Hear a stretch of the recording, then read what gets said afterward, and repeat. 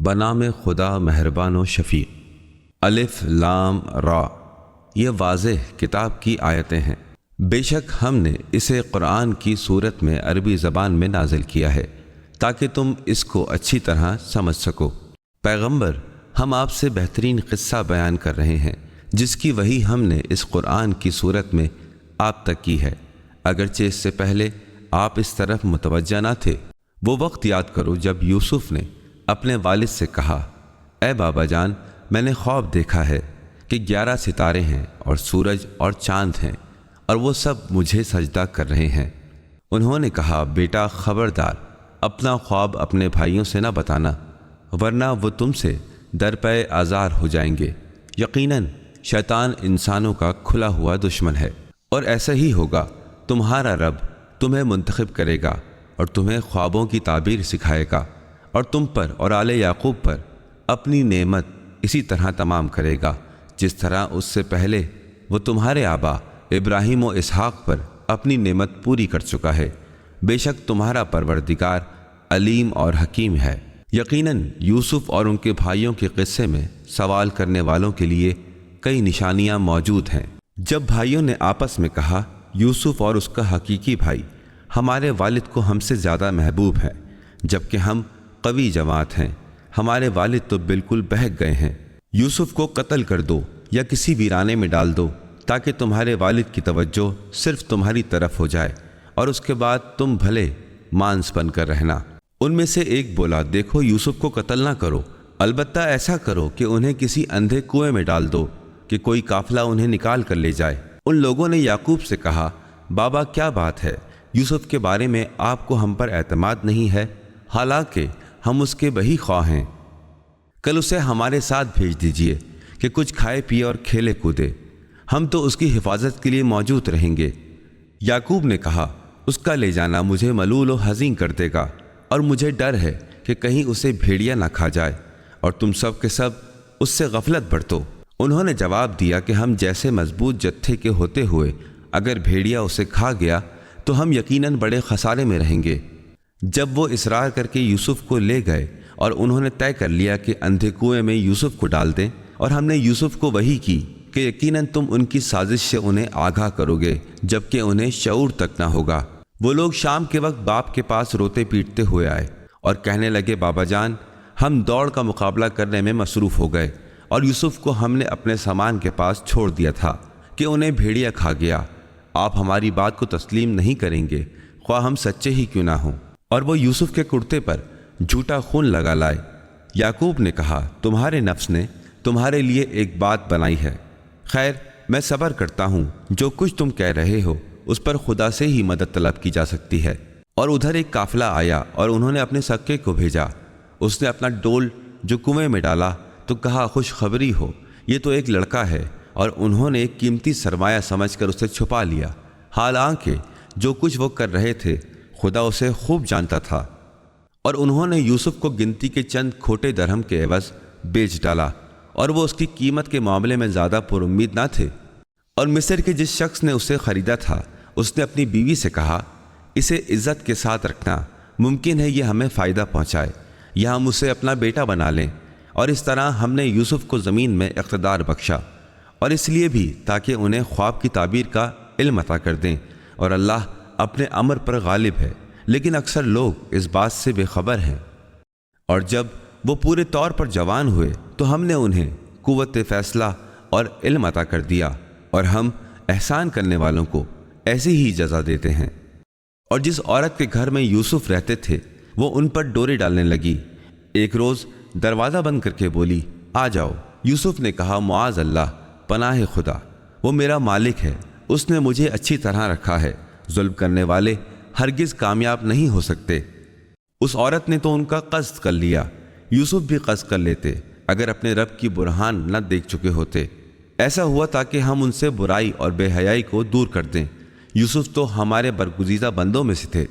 دونوں دروازے کے پاس آگے پیچھے پہنچے، اس نے یوسف کا کرتا پیچھے سے پھاڑ دیا۔ دونوں نے زلیخا کے شوہر کو دروازے کے پاس موجود پایا۔ زلیخا بولی، جو تمہارے ناموس کے ساتھ برائی کا ارادہ کرتا ہے اس کی جزا اس کے سوا کیا ہو سکتی ہے کہ اسے قید کر دیا جائے، یا دردناک سزا دی جائے۔ یوسف نے کہا، یہی مجھے برائی کی ترغیب دے رہی تھی، اور اس کے گھر والوں میں سے ایک گواہ نے گواہی بھی دی کہ اگر ان کا کرتا آگے سے پھٹا ہو تو عورت سچی ہے اور یوسف جھوٹے ہیں، اور اگر ان کا کرتا پیچھے سے پھٹا ہو تو زلیخا جھوٹی ہے اور یوسف سچے ہیں۔ جب یہ دیکھا کہ یوسف کا کرتا پیچھے سے پھٹا ہے تو زلیخا کے شوہر نے کہا، یہ تم عورتوں کی چال ہے، بے شک تمہارے چلتر بڑے غضب کے ہوتے ہیں۔ اے یوسف، اس سے درگزر کرو، اور اے زلیخا، اپنے گناہ کی مغفرت طلب کر، بے شک تو ہی خطا کاروں میں سے ہے۔ شہر کی عورتوں نے کہنا شروع کیا کہ عزیر کی بیوی اپنے جوان غلام کو برائی کی طرف راغب کر رہی تھی، محبت نے اس کو بے قابو کر رکھا ہے، ہم تو اسے صریح گمراہی میں دیکھ رہی ہیں۔ اس نے جو عورتوں کی مکارانہ باتیں سنی تو ان کو بلاوا بھیجا اور ان کے لیے مسند بچھوا دی، اور ان میں سے ہر ایک کو ایک ایک چھری دے دی، اور اس نے کہا، یوسف ان کے سامنے سے نکلو۔ جب ان عورتوں نے یوسف کو دیکھا تو وہ دنگ رہ گئیں، اور انہوں نے پھل کی جگہ اپنی انگلیاں کاٹ لیں اور کہنے لگیں، حاشا للہ، یہ بشر تو نہیں بلکہ کوئی مکرم فرشتہ ہے۔ زلیخا نے کہا، یہی تو ہے جس کے بارے میں تم سب مجھے ملامت کر رہی تھیں، میں نے ہی اسے اپنی طرف راغب کرنے کی کوشش کی، لیکن اس نے اپنے آپ کو بچائے رکھا۔ اگر یہ میرا حکم نہیں مانے گا تو قید کر دیا جائے گا اور بہت ذلیل و خوار ہوگا۔ یوسف نے کہا، اے میرے رب، قید خانہ مجھے اس سے زیادہ محبوب ہے جس کی طرف یہ مجھے بلا رہی ہے۔ اگر تو نے ان کی چالوں کو مجھ سے نہ پھیرا تو میں ان کے دام میں پھنس جاؤں گا اور نادانوں میں شامل ہو جاؤں گا۔ ان کے رب نے ان کی دعا قبول کر لی اور ان عورتوں کی چالوں کو ان سے منصرف کر دیا، بے شک وہ ہر ایک کی سننے والا اور بڑا واقف کار ہے۔ یوسف کی پاک دامنی کی علامات کو دیکھنے کے بعد بھی ان لوگوں کی سمجھ میں یہ آیا کہ کچھ عرصے کے لیے یوسف کو قید کر دیں۔ قید خانے میں ان کے ساتھ دو جوان داخل ہوئے۔